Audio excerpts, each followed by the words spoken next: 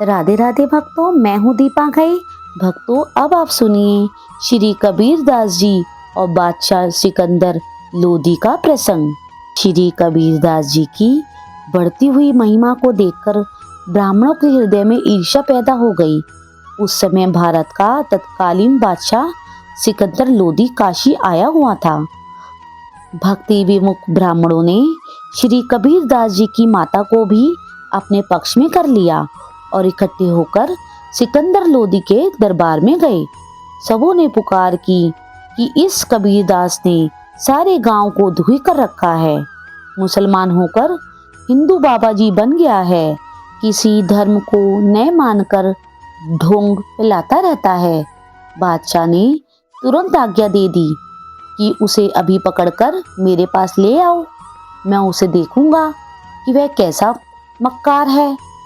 बादशाह की आज्ञा पाकर सिपाही लोग श्री कबीर दास जी को ले आए और बादशाह के सामने खड़ा कर दिया।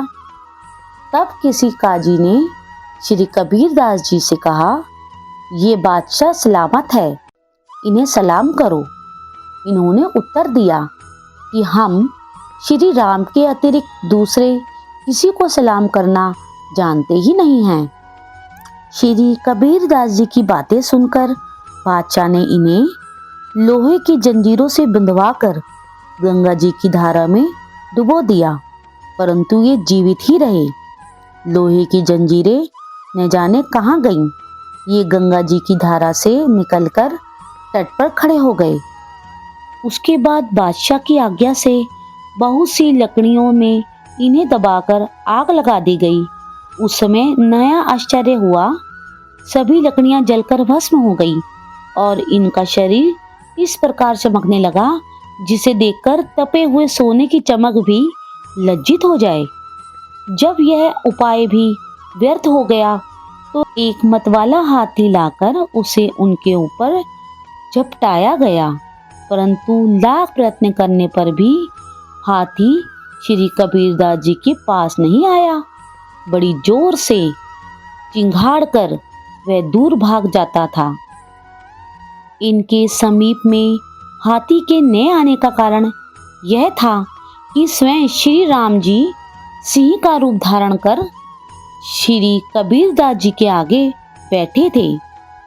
बादशाह सिकंदर लोदी ने श्री कबीर दास जी का ऐसा अद्भुत प्रभाव देखा तो वह सिंहासन से कूदकर उनके चरणों में गिर पड़ा और हाथ जोड़कर प्रार्थना करने लगा कि आप कृपा करके ईश्वर के कोप से मुझे बचा लीजिए। श्री कबीर दास जी ने कहा, अब कभी भी किसी साधु संत के ऊपर ऐसा गजब न करना। बादशाह ने कहा, प्रभु, गांव, देश तथा अनेक सुख सुविधा के सभी सामान जो जो आप चाहें वह सब मैं आपको दूंगा।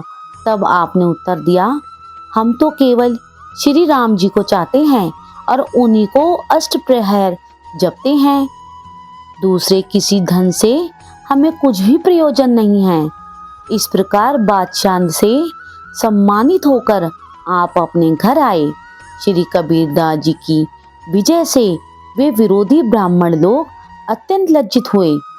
साधुओं से शाप दिलाकर इन्हें परास्त करने के विचार से उन्होंने अपने में से 4 ब्राह्मणों के सुंदर वैरागी साधुओं के वेश बनाए।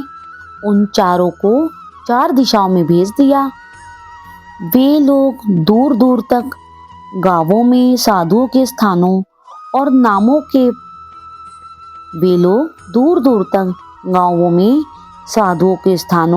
और नामों को पूछ पूछ कर सब जगह सबको न्योता दे आए कि अमुक दिन श्री कबीर दास जी के यहाँ भंडारा है, वस्त्र और दक्षिणा का भी प्रबंध है, आप पधारे। भंडारा सुनकर अगणित साधु संत श्री कबीर दास जी के यहाँ आए। तब आप घर से अलग कहीं दूर जाकर छिप गए। अपने भक्तों की प्रतिष्ठा रखने के लिए भगवान स्वयं श्री कबीर दास जी का रूप धारण करके आ गए और भंडारे का प्रबंध करने लगे। बड़ी बड़ी पंक्तियां बैठ गईं। अब श्री कबीर दास जी भी आकर इन्हीं में मिल गए।